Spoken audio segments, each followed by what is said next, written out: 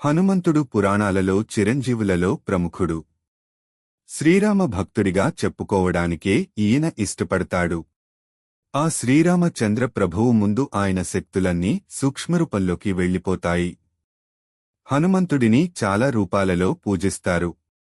పంచముఖి ఆంజనేయ స్వామిని చాలా శక్తివంతంగా చెబుతారు. హనుమంతుడిని బ్రహ్మచారి అని కూడా చెబుతారు. కాని సాక్షాత్తు ఆ హనుమంతుడే స్త్రీ రూపంలో ఉండటం ఎవరికైనా తెలుసా? స్త్రీ రూపంలో ఉన్న హనుమంతుడు స్వయంభువుగా వెలసి పూజలందుకుంటున్న ఆలయం కూడా ఉంది.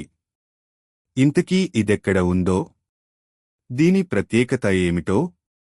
దీని వెనుక కథనం ఏమిటో తెలుసుకుంటే, ఛత్తీస్గఢ్లోని రతన్పూర్ గ్రామంలో హనుమంతుడిని స్త్రీ రూపంలో పూజిస్తారు.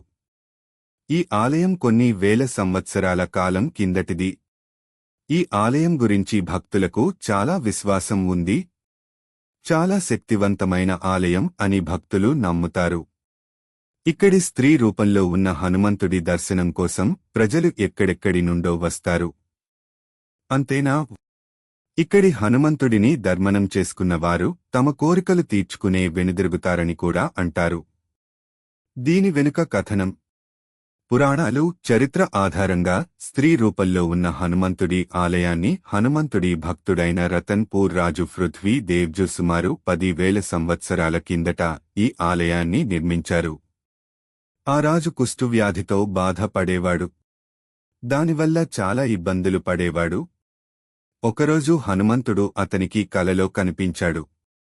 హనుమంతుడు స్త్రీ రూపంలో ఉన్నాడు. హనుమంతుడు దేవత రూపాన్ని కలిగి ఉన్నాడు, కాని పెద్ద ఆకారంలో తోకను కూడా కలిగి ఉన్నాడు.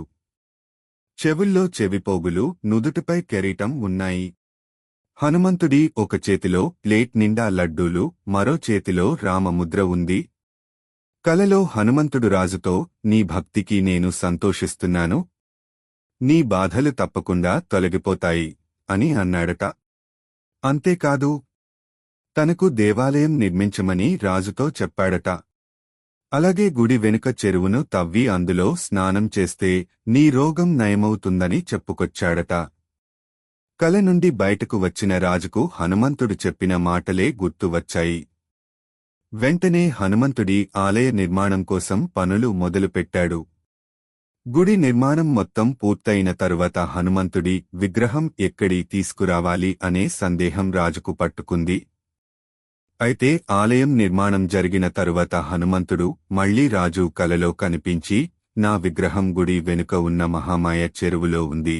ఆ చెరువు నుండి నా విగ్రహాన్ని బయటకు తీసి ప్రతిష్ఠించండి అని చెప్పాడట.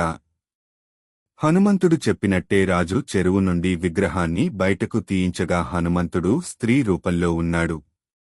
అచ్చం తనకు కలలో అలాంటి రూపమే కనిపించడంతో రాజు ఆ విగ్రహాన్ని అలాగే దేవాలయంలో ప్రతిష్ఠించాడు. తదనంతరం గుడి వెనుక ఉన్న చెరువులో స్నానం చేశాడు. ఇలా చేయగా రాజుకు ఉన్న కుష్ఠు రోగం మాయమైంది. అప్పటి నుండి స్త్రీ రూపంలో ఉన్న హనుమంతుడు నిత్య పూజలు అందుకుంటున్నాడు. హనుమంతుడికి స్త్రీ దేవత అలంకారం చేస్తారు.